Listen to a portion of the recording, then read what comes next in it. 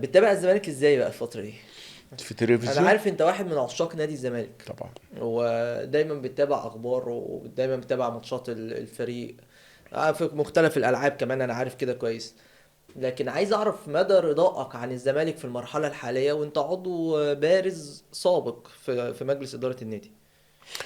بص يا امير، انا لما جيت دخلت نادي الزمالك، لما جيت دخلت نادي الزمالك كان في ناس زملكاويه رموز كبيره قبليه، امم. وفي رموز كتيره هتيجي امم. بعديه. امم.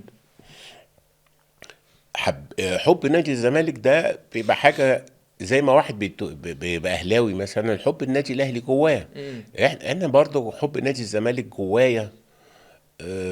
اتولد خلاص وانا عندي 7 سنين زي ما انا قلت قبل كده، لقيت نفسي زملكاوي. امم. كان اخويا اللي هو اللي طلع لي هو اللي، لان هو كان زملكاوي برضه او اوكي. ما زال طبعا. اه.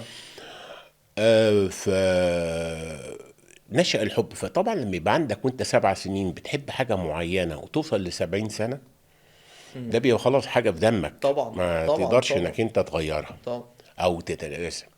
فانا طبعا بتابع الزمالك، ده شيء طبيعي. اه. بتابعه في النت، بتابعه برنامج بتاعك، امم. بتابعه في البرامج بتاعة الأصدقاء، مش كل البرامج بشوفها الحقيقة. امم. بتابعه طبعا في الكورة، في اليد، في السلة، في الطايرة. حتى الكرة النسائية الأخرانية يعني بحاول بقدر والله المستطاع كويس. برضو امم. أتابعها، لكن ما بروحش. امم. وما بقدرش أروح الاستاد برضو دلوقتي نظرا لإيه. أنا كنت متعود أمير أروح الاستاد، امم. كانت الدنيا امم. آه، استاد مليان 100,000، امم. بيبقى له فرجة اه تانية طبعا، ومزاج حاجة تانية تاني حاجة تانية. وحاجة تانية اعمل بس خالص. الموبايل سايلنت يا باشمهندس اه. عشان احنا بنتكلم. ف عادي، خد راحتك واحنا بنتكلم فلا كده. انا هعمله. فكان حاجة تانية. امم. النهاردة عشان تروح الماتش بيبقى فيه مثلا 2000 ولا حاجة زي كده، لا طبعا ده لا، يعني ده. الاجواء مختلفة. ان امم. الكرة المصرية ليه ما بتتقدمش؟ اه. الضغط الجماهيري ده اهم حاجة في الكورة.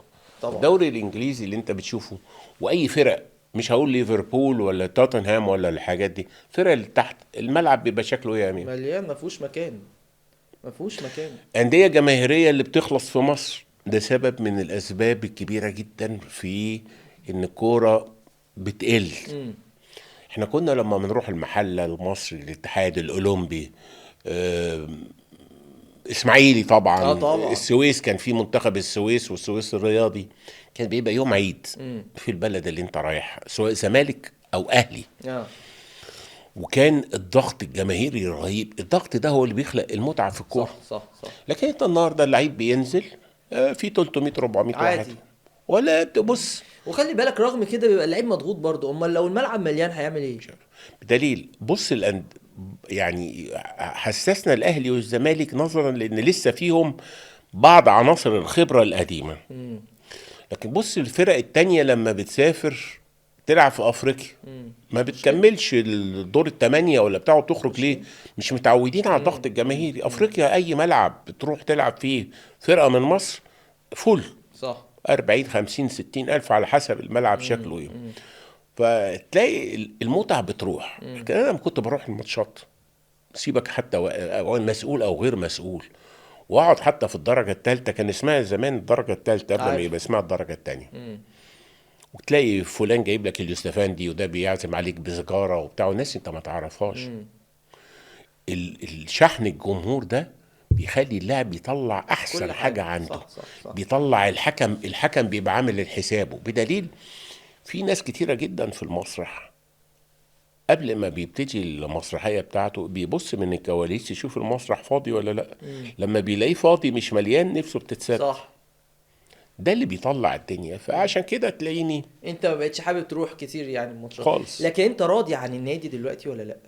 لا انا نفسي استنى بقى، لا على اكتر من مستوى بقى كده كنتائج. لا، ما انا هسألك اهو على كل اه. المستويات، على مستوى الإدارة، آلية إدارة النادي أو تقييمك للإدارة من خلال المجلس الحالي، وعن المستويات اللي بيقدمها فريق الكورة تحديدا في نادي الزمالك، أداء متذبذب إلى حد كبير. أنت شايف إيه؟ بص يا امير، الاول انا عايز اقول لك ان الحلقة دي انا بحكي تاريخ بالنسبة لي. طبعا. ما بتشخصنش الامور، امم. يعني بحب ده ولا بكره ده، ده بعيد خالص. انا بقول تاريخ انا حضرته في نادي الزمالك من 1995 ماشي. كناحيه اداريه. 5 دورات في النادي، واعتقد 3 او 4 دورات في منطقه الجيش. امم. ونكلمك منتهى الصراحه، وانا في مجلس الاداره برضه ما كناش بنحب الانتقادات الجديده الكبيره من بره. الايه؟ الانتقادات، الانتقادات، اوكي. يعني يجي حد يقول له، فكنا احنا فعلا ما بنحبش الانتقادات. ليه بقى؟ مع ان ده جزء يعني هقول من لك حاجه ليه. دايما البني ادم لما بيشتغل وبيطلع عينه وبيبقى تعبان، بيبقى عايز كلمه التشجيع او الشكر. اه. احنا عندنا في نادي الزمالك في حاجه، الادارات كلها بما فيهم احنا لما كنا موجودين غلطانين فيها، ان بيبقى كل تركيز الرموز الزملكاويه او قيادات الزملكاويه بما فيهم انا، ان نيجي في مجلس الاداره اه. ما كناش بنبص على الاتحادات الرياضيه. امم. ان انا خلاص في 10 في مجلس الاداره نحطهم على اه. جنب. اه. لا، اخد امير ده الراجل الزملكاوي كويس احطه في الاتحاد الطايره، اخد ده احطه في ما كناش بنعمل كده. امم. النادي الاهلي سبقنا في كده. امم. تلاقي ان معظم الاتحادات الكوادر الاهلاويه اللي فيها، وعلى فكره دي تحسب للاهلي مش اه، تحتسب دي عليه. شطاره، عايز تقول دي طبعا شطاره يعني. طبعا. اه. الزمالك بقى كان غير كده. حتى لما كان الكابتن حلمي زمان الله يرحمه بيجي، كان بيجي تعيين في اتحاد الكوره. امم. لما كانوا بيحل اتحاد كوره، فيجي كابتن حسن حلمي ومع جبهه متوازنه، هو حسين مدكور من الاهلي، الله يرحم الجميع. لكن كانتخابات الزمالك ما كانش بيحط الكوادر بتاعته. الانتخابات الاخرانيه اللي هي حصلت في الاتحادات هتلاقي نفس القصه. اه. اه. هات لي زملكاويه كسبوا في الانتخابات اللي فاتوا، يمكن 1 أو 2.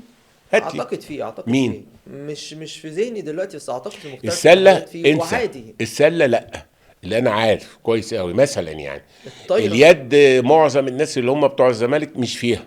الطايره. الطايره، مين في الطايره؟